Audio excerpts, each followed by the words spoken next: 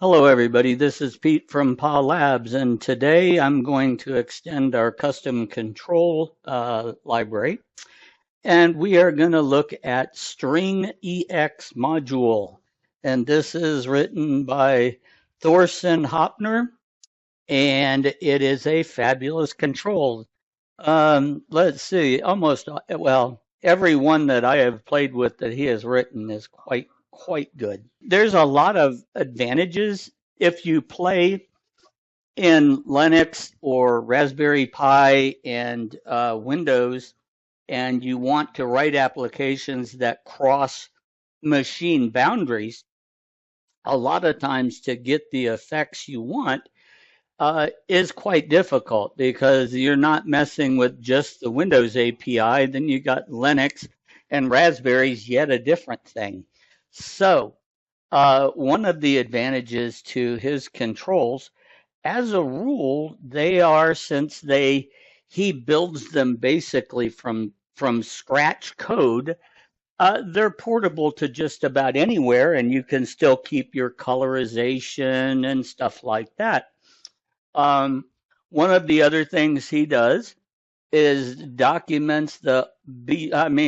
documents these wonderfully. So this was written back in 19. Um, so he's got input masks, so you can look at how you want to format things. You can the commands. This is something I want to point out.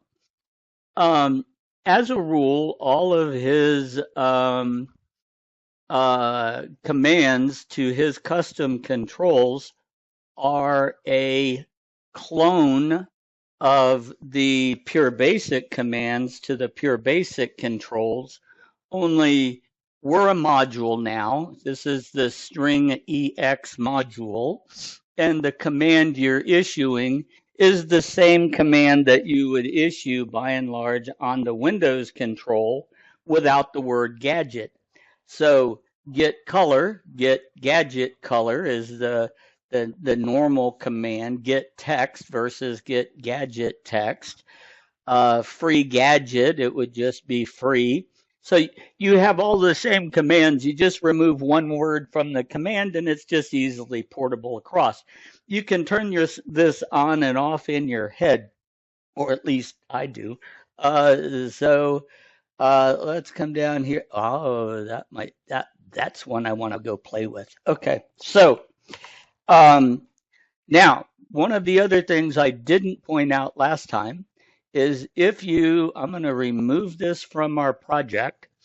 And one of the things Thorson does is at the very bottom of his code, he has a compiler directive that says, if this is the main file being executed, then run this.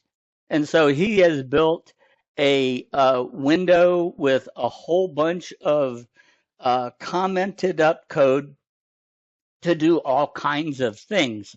So if I run this right now, since this is the active script, it's not part of the project. So I'm going to run this script.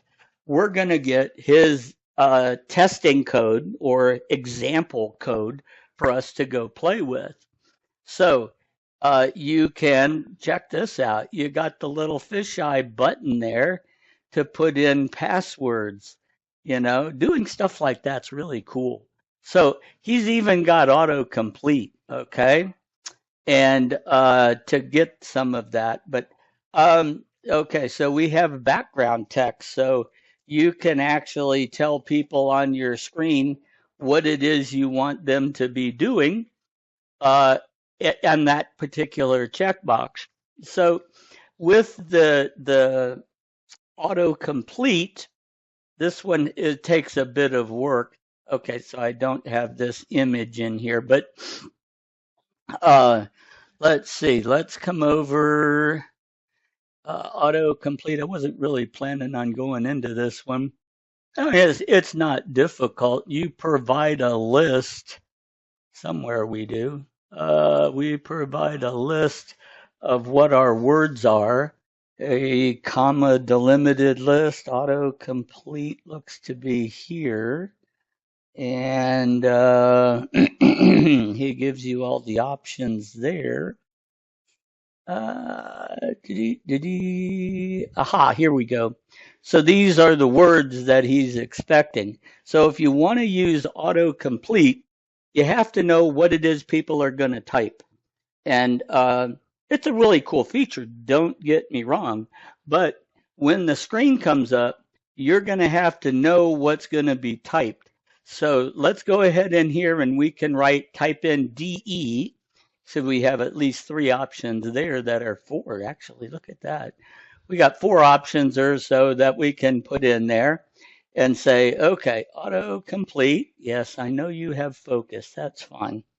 So let's take that out and say, do you see how he's coming in and trying to guess what I'm trying to type? And if I put in the next letter of that, and then okay, so not tab, Pete, DEG, and if you hit enter, you get that word. So that's a really, really cool feature as well. And I do love the password one. So you got lots of cool examples here to go play with, but this is building from scratch. Now, I don't know how many of you build your forms from scratch. I myself do not. So that kind of poses a bit of a problem for many people who use form designers.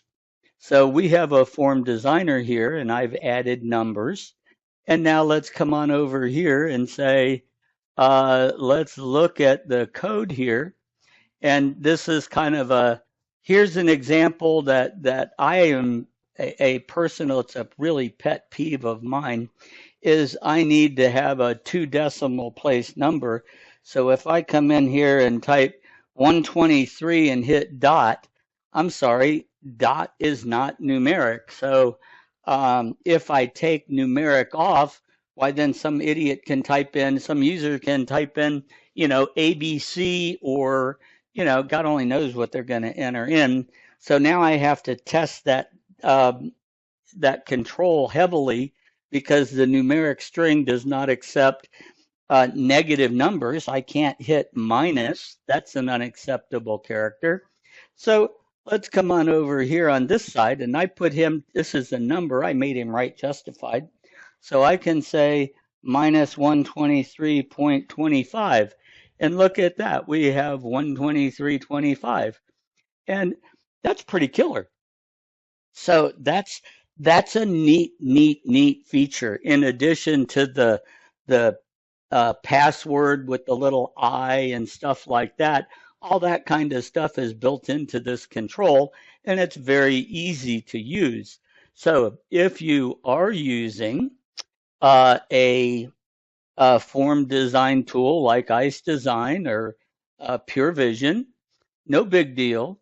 All we need to do is gadget replacement. Okay, very simple process. You define a variable of type gadget, which is a structure. The structure exists over here in static. And if you want to copy it out of static and put it in wherever it is you want to do it, that's fine too. Make sure to grab the function too. So we have a function that is called gadget free, which is the reverse of the PureBasic command of free the gadget, because that's what we're doing. What we want to do is we want to snag all of his positioning and physical size into wgadget. Then we want to free the gadget. Now the gadget doesn't lose its value. The value of, I don't know what he might be, 5 or 10 or 20 for all I know, 200 is still what his value is, but the fact that that value is associated with a particular gadget, what we've done is gotten rid of the gadget. So now it's just a number. So now what we're going to do is call the constructor and then feed him back all the positioning information of the gadget we just replaced, which is what the gadget structure does. So you have various parameters, and notice that he has, instead of saying a PureBasic command here, you're actually using a method and an enumeration from within the actual module. And this is a module just like any other. We come up to the top. Dorson's got this thing beautifully laid out. You come up here and you have your declares, you have all of the values that he's playing with if you're using autocomplete is enabled, and what kind of attributes that you might want to do. So you can mess with the fact that I don't want flat corners, I want it rounded, I want padding, which would be between the text and the borders and stuff like that. You can change all the different color aspects. You can change the back color, the front color, the line, what color the line is around it. Those are all things that you can't do in PureBasic on a PureBasic form, on a control, or at least a string control. You can't change those things. You can change the cursor color and stuff. I mean, he's given so many options for you to play with on this. It's almost overwhelming. So, take a look at these. They're very simple to use. Basically, they're identical to use as a standard control. All you do is prefix it with the module name. So in this case, it's StringEx. And then take the PureBasic command and rip the word gadget out of the command, and pretty much it follows everything in suit. So that is about all I want to say on this. This is a really cool control, and I've used it in a number of projects. And I think just about everybody should use it because it's simple to use and it gives you a whole lot of additional flexibility on your controls for controlling the user's input and what they see and how they manage things. So that's the end of this video. Thank you for your time.